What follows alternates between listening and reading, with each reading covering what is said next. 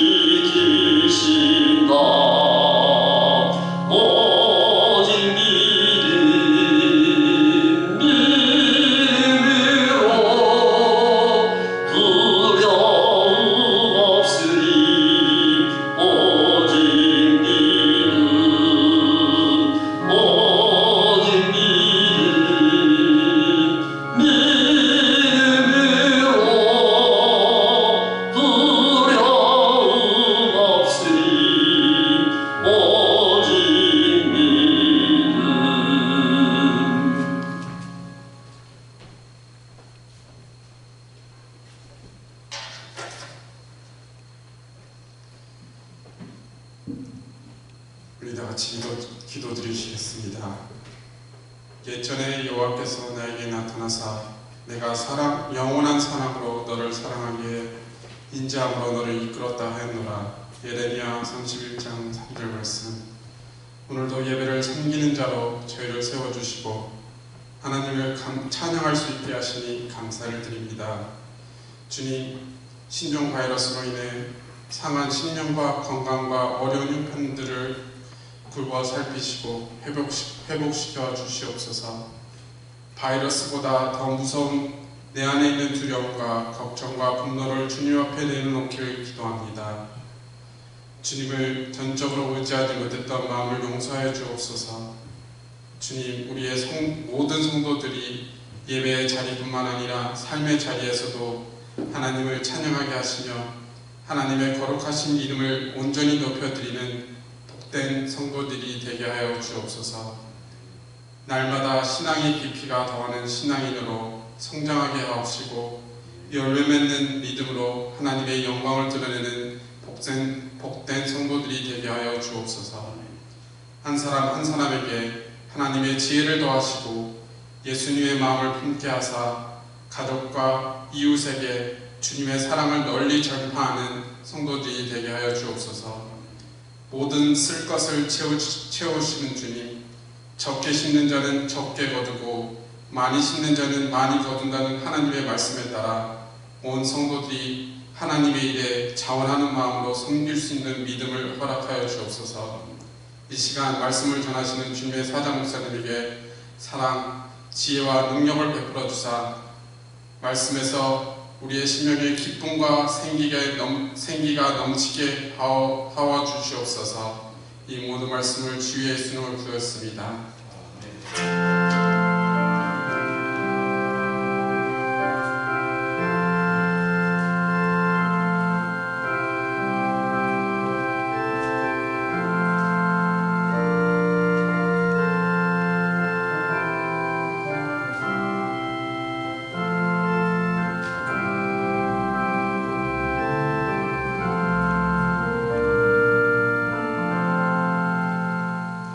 주시는 하나님의 말씀은 요한복음 14장 1절 말씀입니다.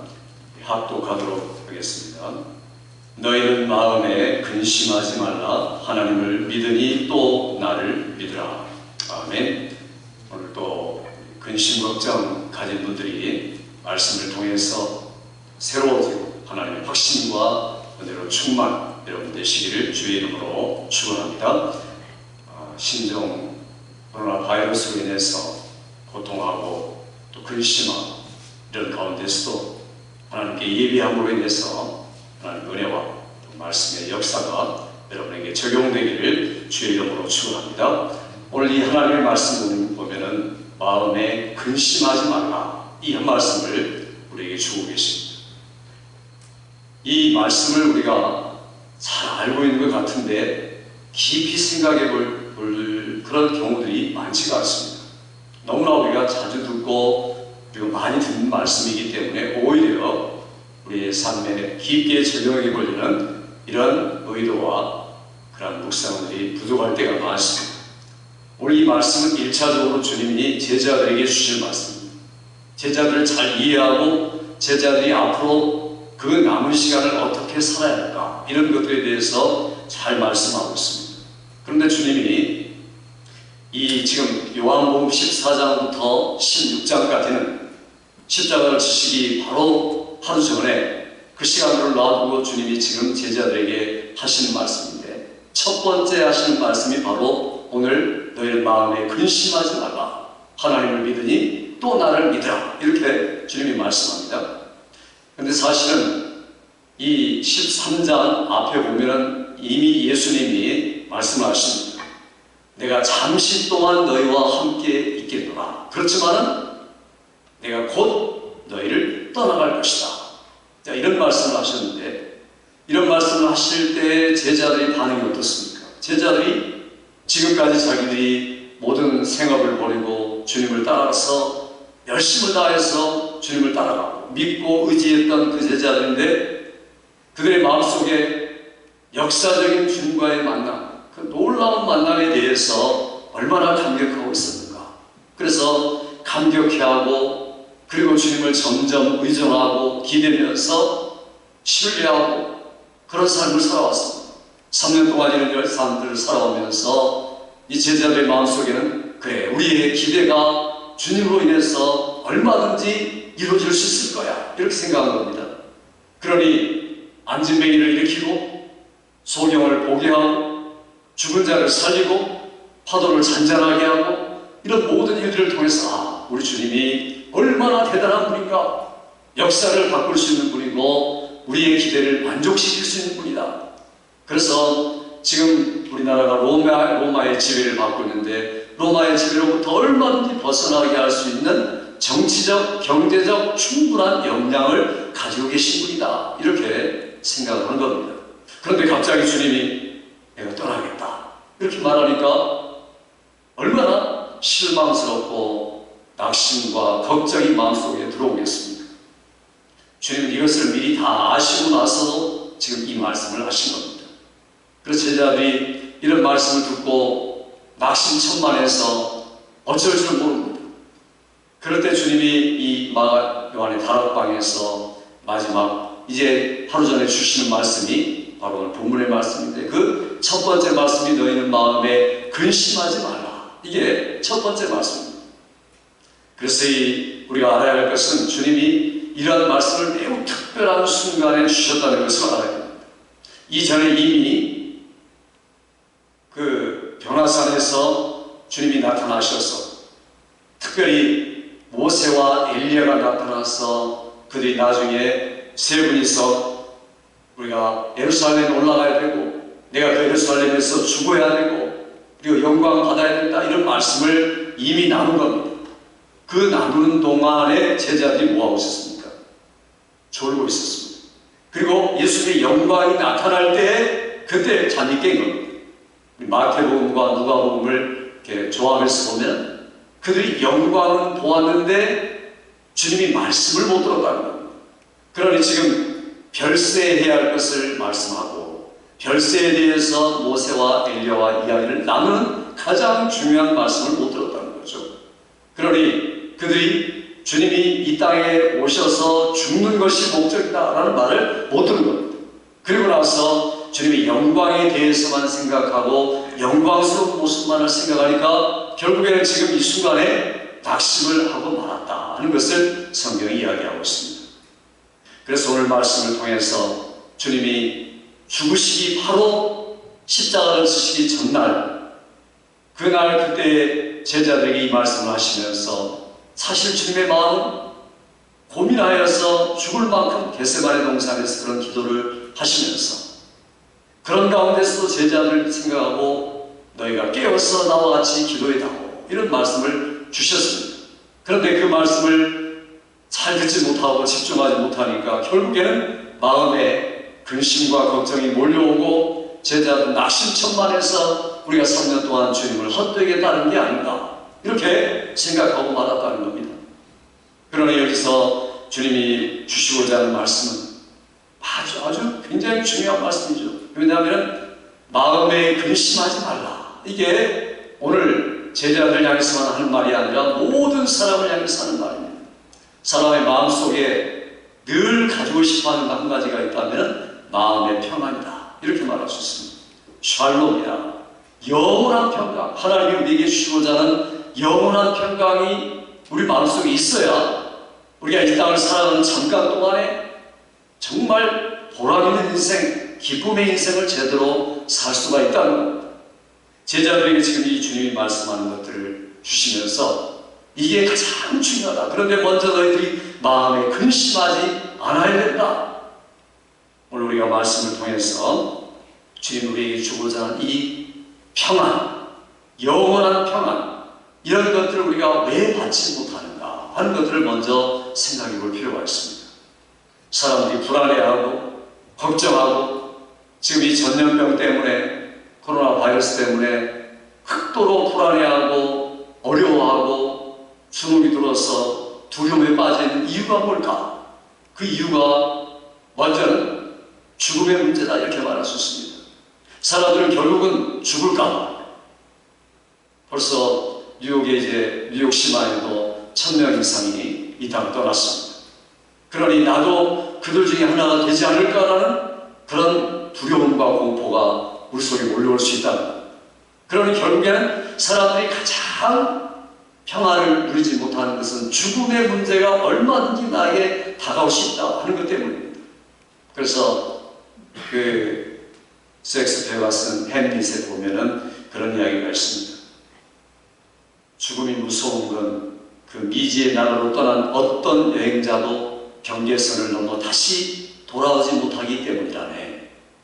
그리고 어떤 일을 하다가도 죽음의 문제가 떠오르면 모든 게 마비되는 현상도 그것 때문이라네. 이렇게 이야기하고 있습니다.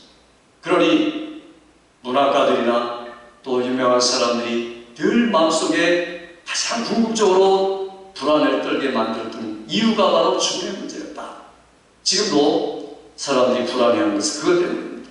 히브리서 2장은 분명히 그렇게 말하죠. 일생토록 죽음에 내어 종노릇하는 그런 사람들이라고 표현합니다. 그런 사람들을 해방시키기 위해서 주님이 우리에게 오셨다라고 성경은 이야기하죠.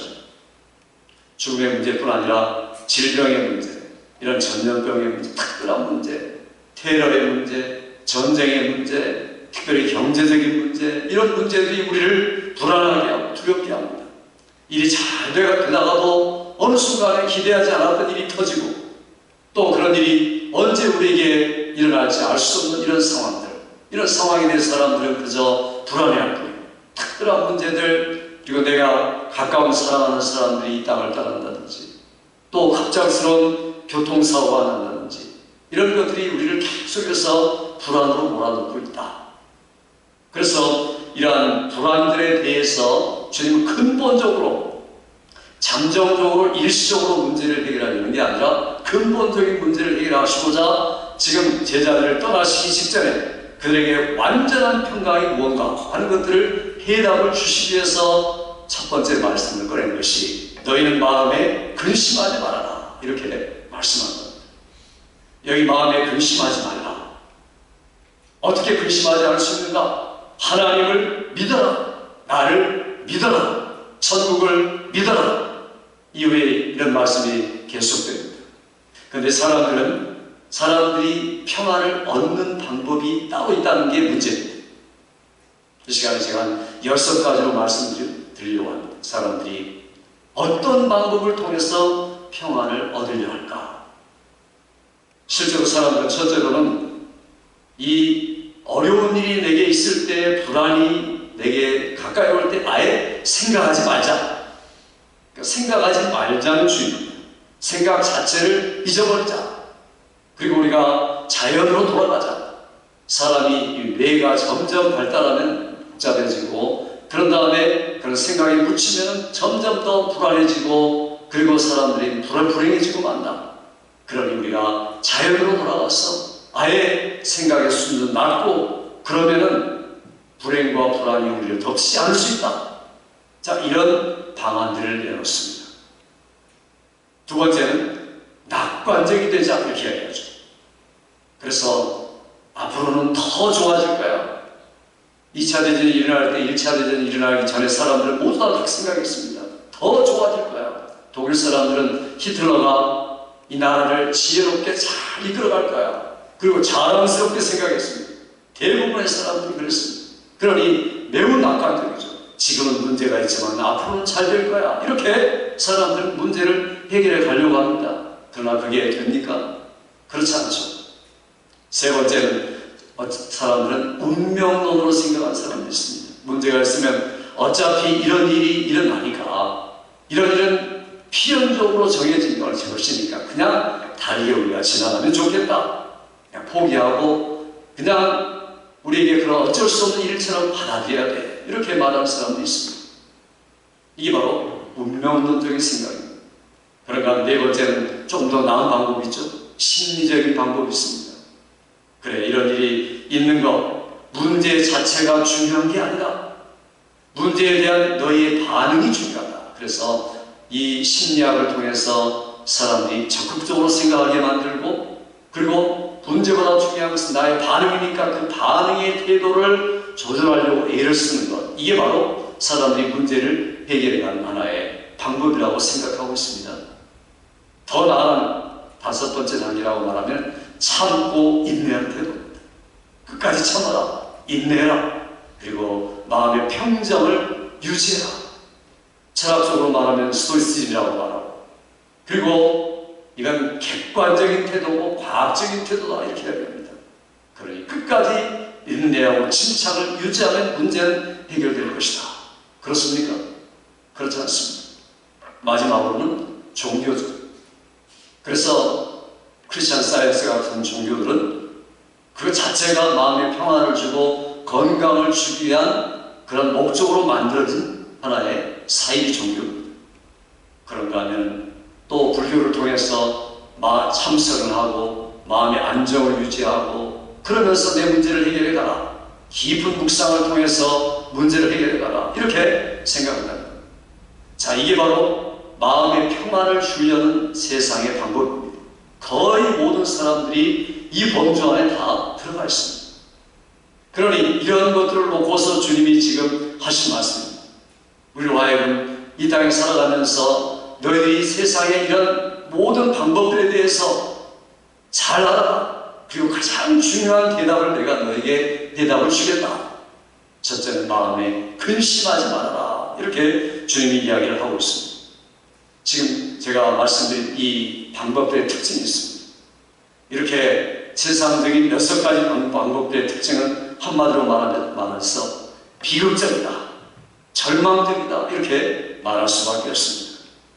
그러니 결국에는 낙관론도 낙관론이 아니고 심리적인 방법도 거기서 끝이고 마는 것이고 현상만을 치유하고 어루만지는 것이고 그리고 운명론은 더구나 비극적이고 불행한 겁니다. 그런데 모든 사람들이 한결같이 추구하는 게 이런 방법입니다. 다른 종교를 통해서 어떤 사람은 불교를 통해서 그럴 뿐 아니라 힌두교를 통해서 요가를 통해서 정신을 집중하고 길을 모으면 된다. 그리고 내가 자연과 합입이 되면 그 다음에 문제는 심정이 침착하게 되고 문제가 해결된다 이렇게 생각하는 겁니다. 그러나 이게 전부 다 불행한 결과를 낳을 수밖에 없다. 뿐만 아니라 대부분의 이런 해결책은 개인에게 떠넘기는 것. 개인적인 문제다. 개인적으로 해결하라 이렇게 이야기하죠. 그러니 마음의 평안이 아니라 생각의 평안 그리고 육체적인 평안함을 제공하려는 게 세상의 해결 방법이다. 이게 바로 우리가 알아야 할 사항입니다. 우리도 모르게 우리는 세상적인 방법을 추구하고 그걸 통해서 문제를 해결하고 마음의 문제를 해결하고 할 때가 있다는 겁니다. 심지어 예수 믿는 사람도 세상의 책자와 또한 세상의 사상들과 철학들을 그런 기제들을 사용해서 평안을 누리려고 하는 것 이런 것이 얼마나 잘못된 것인가 하는 것들을 열심히 지금 보여주고 있는 겁니다. 성경은 우리에게 분명하고 역사적인 그리고 영원한 평안을 주려고 주님 우리에게 지금 말씀을 첫 번째 바라는 것이 너는 마음에 근심하지 말아라. 복음이 가장 위대한 것은 우리 현실을 올바로 직시한다는 겁니다. 세상 사람들은 현실을 직시하는 게 아니라 감추려 하고 그리고 포장하려 하고 없는 걸로 취급하고 그러니 어쩌면 이게 모두 다 거짓이라고 말할 수밖에 없습니다. 성경은 죄가 있으면 죄가 있는 대로 문제가 있으면 문제가 있는 대로 전부 다 밝게 드러내는 것이 성경의 이야기입니다. 복음은 우리에게 그렇게 이야기하죠. 이 말씀을 주시면서 너희가 세상에서 환난을 당한다. 염려, 걱정, 근심, 불안이 너를 향해서 몰려올 것이다. 너희가 세상에서 이런 일을 당할 것이다. 그러나 너희가 담대하라. 내가 너에게 평안을 준다.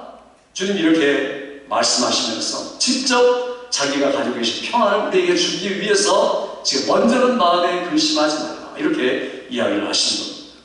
복음이라는 것은 우리에게 개인에게 문제를 떠맡기려는 것도 아니고 오히려 주님이 그 문제를 가져가시려 하고 해결해 주시려고 하는 게 복음입니다. 그래서 성경은 하나님의 복음, 예수 그리스도의 복음, 그리고 우리가 믿는 복음 이런 여러 가지 표현을 가지고서 가장 큰 기쁨의 좋은 소식을 통해서 마음의 진정한 평안을 얻을 수 있다. 이 이야기를 우리에게 주님이 주시면서 이 어려운 때 경제적으로 우리 건강 또 질병 이런 것들 때문에 가장 불안하고 두려워한 이때 주님이 우리에게 주시고자 하는 말씀 너희가 마음에 근심하지 말아라. 하나님을 믿으니 또 나를 믿으라. 성경은 우리에게 이야기합니다. 다윗 시편의 27편 10절에 보니까 내 부모는 나를 버렸으나 여호와는 나를 영접하시니 가장 사랑하는 나의 부모가 나를 버린다 할지라도 그런 일은 일어나지 않겠지만 혹시 일어난다 할지라도 나는 너희를 결코 버리지 않을 것이다. 이게 바로 주님이 우리에게 주고자 하는 말씀입니다. 가장 우리를 사랑하는 자보다 더 사랑하는 주님이 하시는 말씀입니다. 너희 마음에 근심하지 말아라. 완전한 해결책을 너희에게 제공한다. 그런데 이게 문제는 사람들이 잘 안 믿어진다는 게 문제입니다. 그래서 오늘 이 말씀을 했는데 나중에 우리 14장 뒤에 보면은 빌립이 뭐라고 말합니까? 주여 그게 무슨 말씀인지 잘 모르겠습니다. 그러니 그 하나님을 믿으라는 말씀, 마음에 근심하지 말라는 말씀처럼 하나님 아버지를 우리에게 좀 보여주세요. 이렇게 이야기합니다. 그런 주님이 뭐라고 말합니까? 빌립아, 어찌하여 내가 나와 이렇게 오래 있는데 아버지를 보이라느냐? 나를 본 자는 하나님 아버지를 본 것이다. 내 말을 듣는 자, 바로 내 말은 하나님 아버지께서 주셔서 지금 그의 일을 하는 것이다. 이렇게 이야기하는 겁니다. 그러니 지금 내 말이 바로 하나님의 일이라는 겁니다. 그러면서 그들을 깨우쳐 나가십니다. 그런가 하면 그 다음 보면 또다시 도마가 이야기하죠. 주여, 그러면 그런 근심을 없애고 주님을 제대로 믿는 길을 우리가 알지 못하는데 어떻게 하면 좋겠습니까? 그럴 때 주님이 뭐라고 말합니까? 그래, 바로 그거다. 마음에 근심하지 않는 진정한 해결책은 내가 곧 길이요 진리요 생명이니 나로 말미암지 않고는 아버지께로 갈 수가 없다는 이 분명한 사실을 믿어라. 이렇게 이야기를 하십니다. 그래서 근심으로부터 시작해서 궁극적인 해결책을 주려는 게 복음의 이야기다. 이것을 주님이 우리에게 이야기하고 있습니다. 그런가 하면 주님이 그 다음 주에 이야기하시죠. 거기서 끝나지 않고 이제 너희가 내 이름으로 이것을 구해라. 근심을 이길 수 있는 것들, 이런 전염병의 시대에도 얼마든지 물리칠 수 있는 것들을 위해서 너희가 기도해라. 그리고 내가 얼마 안 있으면 내가 너희를 고아와 같이 버려두지 않고 다시 너에게 올 것인데 보혜사 진리의 성령으로 너에게 함께 올 것이다.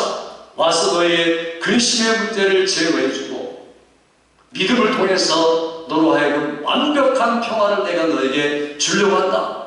이것이 오늘 주님이 우리에게 주신 말씀입니다. 내게 와서 근심을 털어놔라. 하나님을 믿어라. 나를 믿어라. 이게 바로 현실의 문제를 해결하는 하나님의 첫 번째 방법이라는 겁니다. 코로나 바이러스로 인해서 고통당하고 힘들어하고 경제적인 문제, 건강의 문제, 이런 것들이 여러분을 불안하게 만들고 그리고 두렵게 만들고 근심케 만들 때 이때 주님이 주신 말씀이 바로 이겁니다. 너희는 마음에 근심하지 말라. 하나님을 믿으니 또 나를 믿어라. 실제로 이 말씀이 여러분에게 적용되고 내가 주님이 초청한 이 말씀을 마음속에 받아들이고 굳건한 믿음을 가지고서 가장 어려운 때를 이겨나가는 여러분 되시기를 주의 이름으로 축원합니다. 기도하겠습니다. 아버지 하나님, 주께서 우리에게 은혜를 주셔서 코로나 바이러스로 인해서 고통하고 불안해하고 근심한 우리에게 너희 마음에 근심하지 말라. 하나님을 믿으니 또 나를 믿으라고 말씀하시는 주의 음성을 들은 사랑하는 성도들이 이 말씀을 굳게 붙들고서 얼마든지 세상의 방법이 아니라 하나님의 방법, 믿음의 방법, 복음의 방법으로 세상을 이기는 자, 환경을 이기는 자, 우리의 마음을 온전히 이기는 자들로 은혜 베풀어 주시옵소서. 하나님께서 은혜 베풀어 주시되 보호하여 주시고 믿음으로 복음으로 살아가는 자들에게 주시는 놀라운 응답을 체험하는 성도들 되도록 은혜 베푸시기 원하옵고 예수님의 이름으로 기도하옵나이다. 아멘. 찬송 408장 찬양하겠습니다.